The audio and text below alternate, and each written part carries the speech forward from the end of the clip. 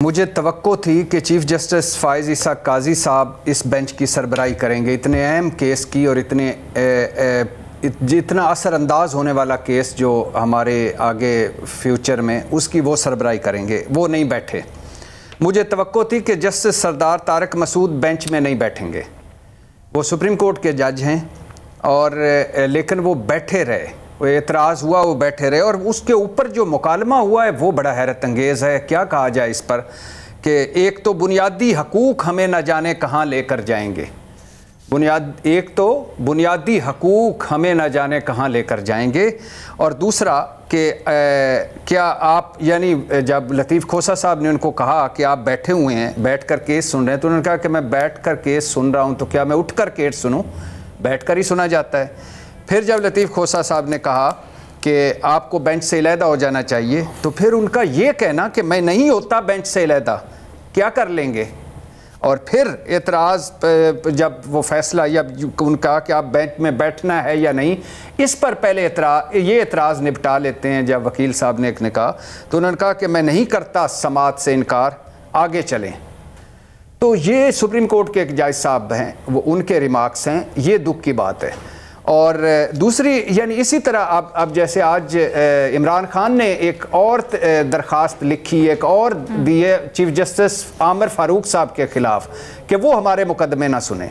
और उसमें बड़ा हैरत अंगेज़ तौर पर है कि 120 मुकदमे और दरख्वास्तें आमिर फारूक साहब सुन रहे हैं इमरान खान की और उनके रिलेटेड।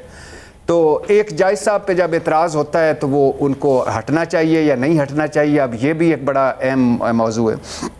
और फिर इसी बेंच पर जस्टिस एजाजुल हसन का कल भी मैंने जिक्र किया था, इस बेंच पर और मुज़ाहिर अली अकबर नकवी की दरखास्तों वाले बेंच पर, दोनों पर उन्होंने जो बड़ा एक शदीद तहफ़्फ़ुज़ ये था कि जो तय हुआ था कमेटी में, वो याद रहे कि वो कमेटी के रुकन है, तीसरे रुकन है फ़ाइज़ ईसा काजी साहब, सरदार तारिक मसूद साहब और एजाजुल हसन साहब।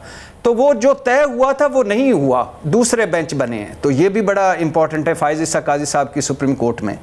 जहाँ तक मैडम शेख सुप्रीम कोर्ट से फैसला आ गया है, मेरी शुरू से पहले भी कहा था, ख्वाहिश थी कि इस पर मैक्सिमम जजेस का बेंच बनता, जिसमें सीनियर जूनियर सारे होते। कोई बात नहीं थी, किसी ने राय दे दी थी, किसी ने नहीं दी थी, ये मामला बड़ा इंपॉर्टेंट था। और इसकी लाइव ट्रांसमिशन की जाती ताकि सारों को पता चलता। और क्योंकि इसलिए मैक्सिमम होता कि सुप्रीम कोर्ट में इस फौजी अदालतों के हक में भी फैसले आ चुके हैं, अगेंस्ट भी आ चुके हैं। और मैडम शेख, जहाँ तक मेरी अपनी राय है और इसका है कि मैं तो कहता हूँ कि मैं तो इस हक में हूँ कि फ़ौजी तनसीबात पर अगर हमला हो तो मुकदमा फ़ौजी अदालतों में चलना चाहिए या खसूसी अदालतों में चलना चाहिए। और फिर ये भी मैं कई मरतबा डिस्कस कर चुके हैं कि फ़ौजी अदालतें आइन में भी हैं, फ़ौजी अदालतें नेशनल एक्शन प्लान में भी हैं, फ़ौजी अदालतें हर दौर में रहीं, हर दौर में फ़ौजी अदालतों में फ़ैसले हुए, हर दौर में फ़ौजी अदालतों में सज़ाएँ हुई। और इमरान खान जब वज़ीर आज़म थे तो ये डिस्कस कर चुके हैं कि उनके दौर में ना सिर्फ फौजी अदालतें मौजूद थी, ना सिर्फ 26 लोगों का सिविलियन का ट्रायल हुआ, ना सिर्फ उन्होंने 3 मरतबा फौजी अदालतों की हिमायत की और इसके हक में दलाइल दिए, ना सिर्फ ये बल्कि तहरीके इंसाफ सुप्रीम कोर्ट में गई हुई है फौजी अदालतों के हक में। जब सेठ वकार और केपी में उन्होंने एक 200 के करीब गालिबन वो जो फैसले थे उनको टर्न डाउन किया था।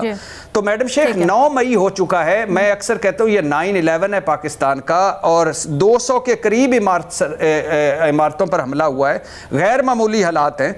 और बताया गया है कि इसमें ना उम्र कैद होगी, ना सजाए मौत होगी। और ये इसका जो अपील की अदालत, फौजी अदालत में भी, चीफ के पास भी और हाई कोर्ट के पास भी और सुप्रीम कोर्ट के पास भी फोरम होगा। तो मेरा ख्याल है कि इसको नॉर्मल अदालतों में तो बिल्कुल नहीं चलना चाहिए, या फौजी अदालतें यानी जो आज जो सुप्रीम कोर्ट ने फैसला दिया है, आप उससे मुत्तफिक हैं? आपकी राय में? जी, मैं मुत्तफिक